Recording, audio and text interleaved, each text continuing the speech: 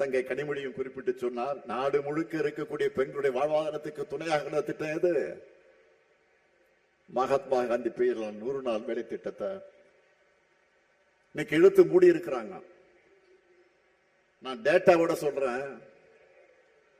கடந்த 4 ஆண்டுகள்ல 100 நாள் வேலை திட்டத்துல பயனடைந்தவருடைய விழுக்காடு எத்தனை விழுக்காடு பெண்கள் தெரியுமா? சொன்ன ஷாக் ஆகிடுவேன். 88% பெண்கள் தான். பெண்களுக்கு வாழ்வளித்த இப்படிப்பட்ட திட்டத்தை தான் நிறுத்தி இருக்காங்க.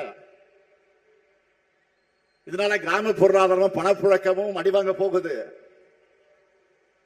பாஜகவோட இந்த நடவடிக்கை பெண்களுக்கு முற்றிலும் விரோதமானது. அதுக்கு ஒத்துழைப்பது யாரு? எதிர்கட்சி தலைவர் பழனிசாமி அவர்கள். அவர் என்ன சொல்லுகிறார்?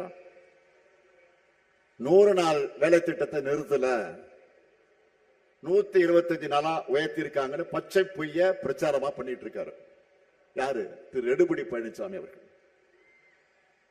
ஏற்கனவே ஆண்டுக்கு சராசரியாக 47 நாள் தான் வேலை கொடுத்திருக்காங்க.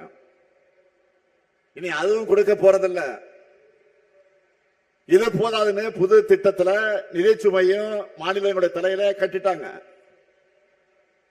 இன்னும் எக்கச்சக்க கண்டிஷன்லாம் போட்டிருக்கிறாங்க. அதெல்லாம் வச்சு பார்த்தா இதுவரை கிடைச்ச 40 சொச்ச நாள் கூட இனி வேலை தெரியாத, கிடைக்குமான்னு தெரியாத நிலையில நாம இருக்கோம். எதையாவது படிச்சாதானே இதெல்லாம் திரு பழனிசாமிகளுக்கு புரியும். கமலாலயத்தில் எழுதி கொடுக்கறது அறிக்கைய அதிமுக லெட்டர் பேட்ல வெளியிட்டு அத்தோட கதை முடிஞ்சிச்சு போயிடுறாரு.